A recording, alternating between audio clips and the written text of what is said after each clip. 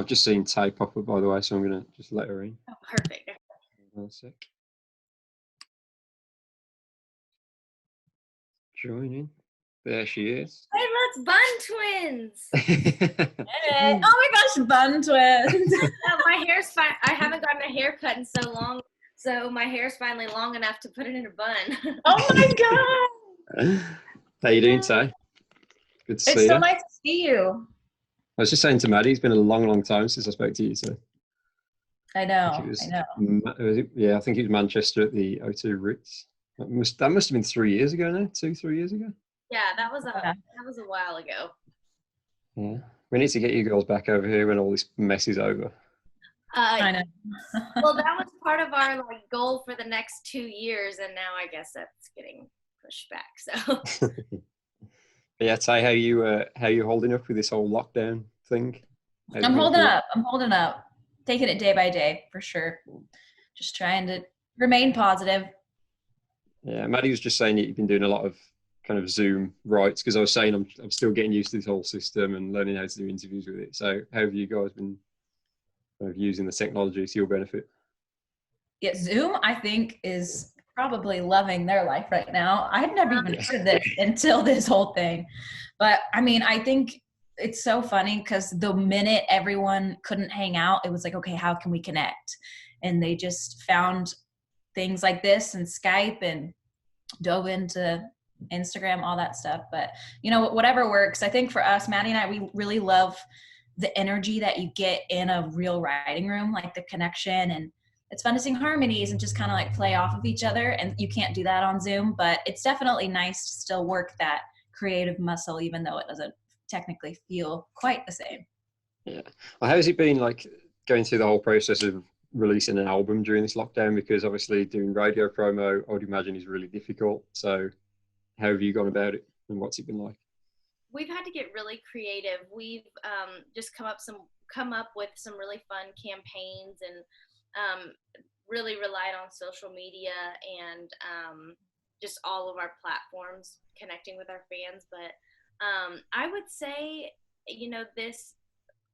everyone kept asking, like, are you going to push the release back? And we're like, oh, heck no. We waited 3 years to put this album out. There is, pandemic or not, we are putting this album out. So, and I do think that it ended up being perfect timing, because I think, for me right now, like, new music is making me so excited and like kind of keeping that creativity rolling for me. And so I hope that our album can kind of do that for other people. Yeah. Were those discussions ever had between yourselves and the label about possibly putting the album back, or is it kind of a joint decision between both of you that you were definitely going to put this out? Yeah, it was definitely, I don't think either one of us even mentioned it. It was kind of just, we knew. It was unspoken. Like, we're definitely releasing this record. We're not waiting. Yeah.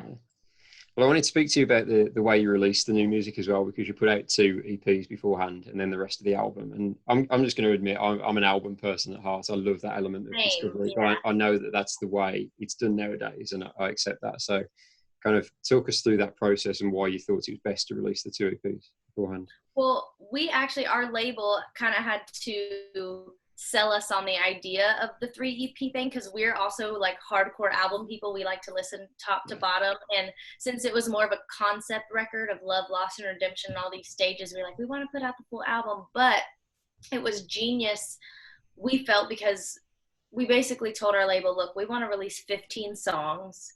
That's not a typical amount of songs on an album. So how do we release the most amount of music and all those songs are able to kind of like have their own moment?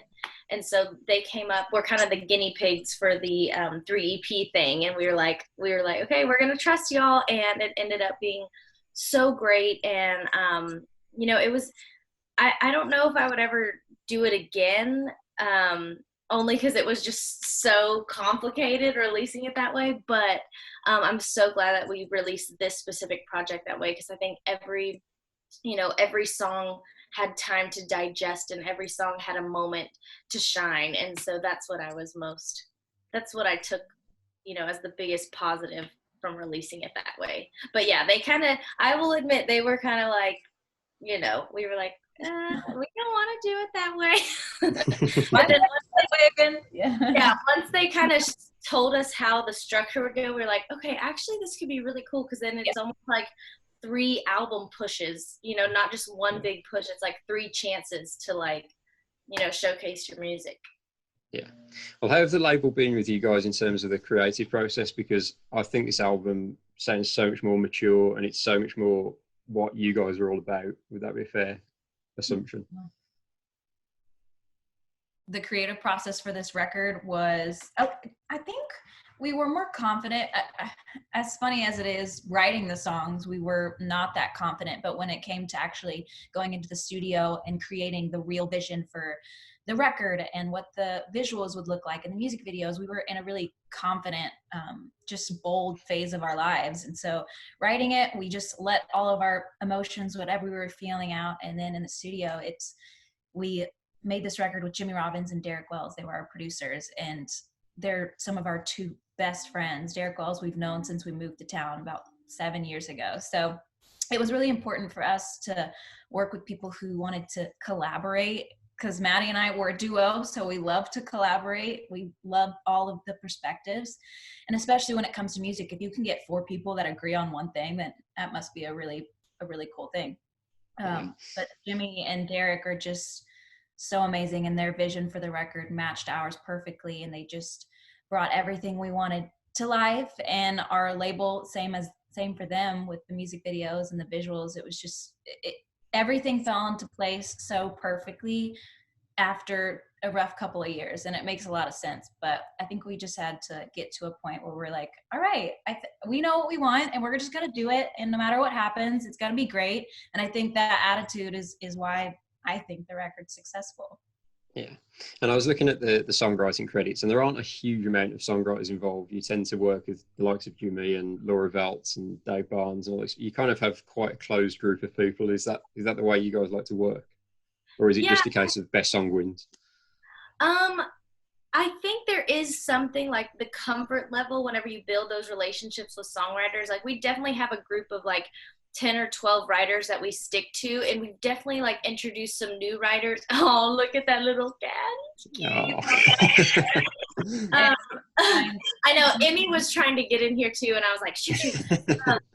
But so we have like a close knit of songwriters, but we do introduce new writers whenever we've heard songs of theirs that we love or something that we're inspired by them. We're like, hey, we would love to collaborate and write if y'all are interested. But for this album, I think we were in such a like tender, vulnerable place that we really stuck to those people that we had already had really close relationships with to open up about all these personal things going on in our lives. So I think that's why the music translates so naturally, because you can tell obviously that they're like, Tae and I had no, you know, qualms about going into a room and just sharing all our business with these writers because we were so close to them. Plenty of tears. Yeah, lots of tears. But yeah, I think that's what kind of allowed us to feel comfortable in being that vulnerable. Yeah. And it's so amazing to see Die From a Broken Heart getting into the top 20 on country radio now, which is awesome. It's taken a long time for it to get there, but kind of how special is that one for you guys? That's what we call it, like the little train. It's like our little song that could, and it's just going. That's my proudest thing. Like, this is our little music room and my little gold plaque. I'm so proud of that baby. I'm like, yes. When we found out it was gold, it was like, what, 30 something? It was like 36 or something. And then I think country radio was like, oh shoot, what are we missing? And so, you know, we've had a lot of our big champions have definitely been behind that song, but I think there's a couple people that were late to the party and now they're joining, and it's all fun and great. Well, are you guys sensing a change with country music, country radio at the moment? Because obviously Ingrid was number 1 last week. We had Gabby Barrett at number 1 the week before. So something's happening there, surely. So many breakthrough females. That's incredible. I love that. I mean, I don't know what sparked the change of heart or the change of play, but I'm all for it. I think, I don't know, maybe it does have to do with people being in isolation and they're just needing music that just straight feeds their soul because they can't go down a back road and put their hand out a window. I don't know, but I'm excited about it. Yeah, that's all good. And just going back to the album, personal favorite of mine is Write a Book, because I just love that soulful kind of funky melody to it. It's so sassy and it's a great track. So tell us a little bit about that one, because I'm guessing that came from a very happy writing session. Yes. Well, actually, halfway no, halfway yes. So, Right. What's happy? so Tae, I thought she was gonna kill me that day, but I'm glad she didn't.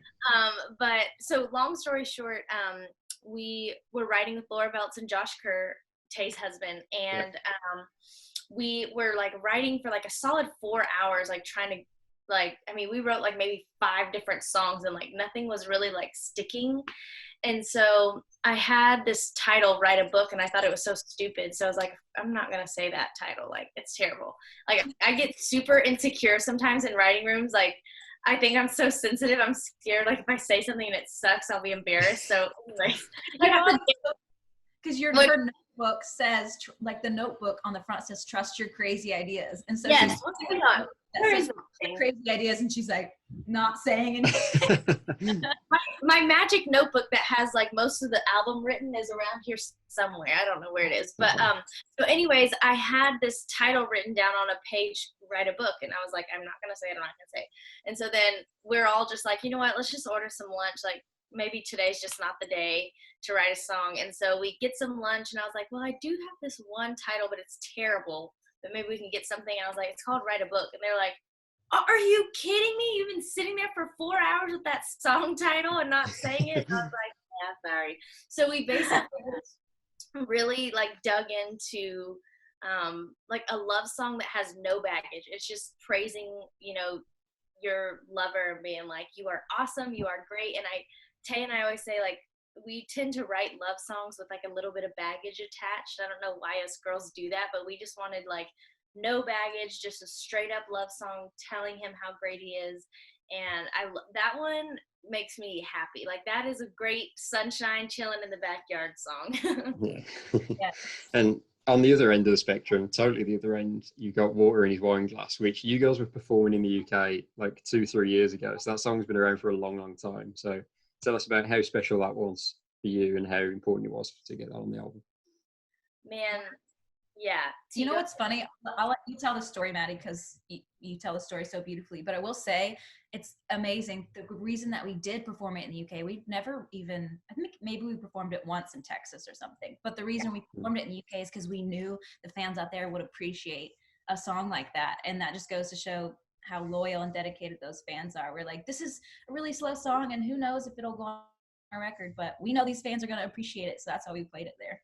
I know. I do love how in the UK, I feel like y'all listen to lyrics more like songwriters more than, I mean, in the States, they're still that way, but there's something about the UK that y'all just like really hang on to lyric, which makes our heart so happy.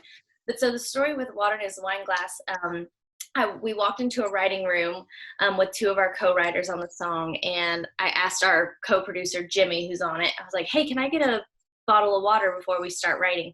He's like, oh, I only have glasses. Is that fine? I'm like, oh, yeah, that's sure. And he's like, well, actually, we're out of clean glasses. Does a wine glass work? I'm like, sure, I'll take water in my wine glass. And we all kind of like giggled, and we were like, oh, wait, that could be a really cool song title. And so we went into the room and we wrote a totally different song. And then we came back to that title after.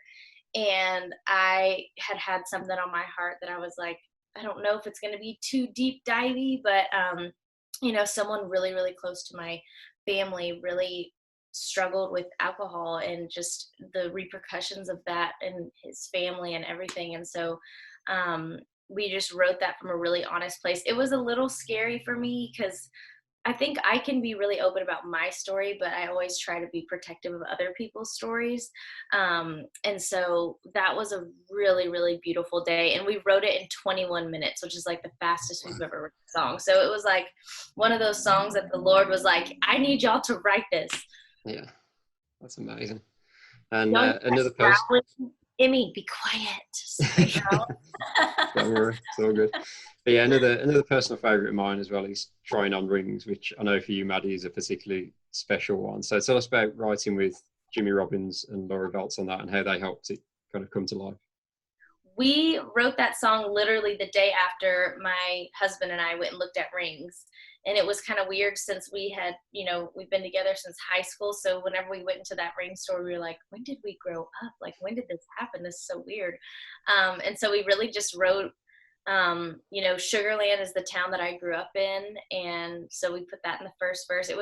I didn't think anyone was going to like it because it's really specific. So I was like, this will just kind of be like for me and Jonah. And then, you know, fast forward 4 years later, we put it on an album, and I walked down to that song down the aisle when I got married. So I love that song. I can't wait till like we have kids and I'm like, here, look at this. I feel like there are 3 or 4 staple songs that I vividly remember us writing that changed the direction of our musical, you know, music. Because it started musical music. It started with Sierra. Because remember, we wrote that and we were like, wow, this is very specific. No one's gonna like this, and people loved it. And then it was Trying on Rings, and then it was kind of One Heart to Another, and then Die for a Broken Heart. But I think songs like that are so special, even more so than fans loving it. It's so special for us in our journey because it just is the validation to be honest, like go specific if you want to go specific. So it's like our own little scrapbook, but musical. Yeah, it was really cool. Yeah, that's amazing. Now, just before I let you girls go, we got some questions sent in on social media yesterday. So do you mind if we do a little fan Q&A? Let's do it. Some questions lined up, right? So we got Kaylee on Instagram who says, Maddie, what's the best restaurant in Sugarland? Because I drive through it all the time on the way to visit my dad. Okay, Sugarland. I'm gonna say that is so hard. I mean, either Papados or Papacitos is my favorite. They're owned by the same people, but it's seafood and Mexican food, and they have like this fresh tortilla press at the Mexican food where like you just watch tortillas get made, and oh my gosh, so good. Yeah, those are my favorites. Oh. Right, let's have a look. We've got Abby on Instagram who says, how did you decide which songs to put onto the 2 EPs and which ones to save for the album? The songs that the story follows a story. The record follows a story of love, loss, and redemption. And there's a common thread of either you're in love or you're heartbroken or you're trying to pick up the pieces after you feel like your life has been shattered. And we really wanted each EP to have the bones of each chapter. And you know what? We kind of just played it by ear. By the time we had released the first record, we were going into the studio and already writing new songs, and we were changing out songs that we wanted to go on the second EP. So it was kind of just a little bit of an experimental process, and we were always changing with what we felt and what we were writing. But I don't know why we decided to hold off on Write a Book. I think it was just we had the bones for the first 2, and these were just the last songs that we felt like, all right, no one's heard something like Write a Book from us, or no one's heard something like Water in His Wine Glass from us, songs that were really special and we knew might kind of take people by surprise. We wanted to hold off on. Okay. The next one is from, I don't know this person's name, but you'll probably know this person. It's called The Weight Feels Empty on Instagram, because apparently they're one of your super fans. Oh, sweet. No idea, but what was your favorite part of making The Weight Feels? Oh my gosh, I don't even know. I mean, I think something that was really special to me was getting to record Water in His Wine Glass completely live. Like you can hear the vocal sounds very different on that than, because typically like when we go cut a record, we'll sing it through like, 5 or 6 times, and then we'll kind of like piece together the best verse or the best chorus, or vocal comping is what it's called. And so with Water in His Wine Glass, we really wanted to go bold and do a completely live vocal take with no nothing, just completely raw. And that was one of my favorite moments. I feel like that was a really, really cool thing for T and I to get to just sing that, together completely live, unedited. It was awesome. Okay, Tae, what about you? Favorite part of The Way It Feels? I agree, and that song was the most raw that we did them. But a lot of the songs, the vocals happened live, yeah. And I love that. Like for Drunk or Lonely and My Man, we sang those in the studio. And maybe there are some words that we pieced in there, but for the most part, everything was live. And I don't know, my favorite part of making this record was just the confidence that we had to even do stuff like that. Like, let's just try it live, or let's just throw this little acoustic thing in there. It was just fun and free. We hadn't felt that before. I'm going to leave you on this one because I love this question. Trevor on Twitter says, if you had a fragrance, what would it smell like? Oh, I think I saw that one and I was like, what? Like you can make a perfume? Is that what you mean? Right. Okay, I love like white bergamot. That's like the only bougie thing that I know that I like. And I want something peachy, something that's like vanilla. Citrusy. Yeah. Okay, I would probably do something like spicier and sweet. That is such a weird question. I like it, but I like it. Maybe a future career path. Yeah. Perfume. Hey, actually, that's one of our dreams is to make a perfume line. So let's just manifest that. Well, I'll leave you on that one. On that note. Yes. Thank you girls for doing this. I appreciate your time. And, thank you so much. It's so good to see you, even though it's virtually. I know. Well, come and see us in the UK soon when all this mess is over. It is #1 priority on the list, I promise.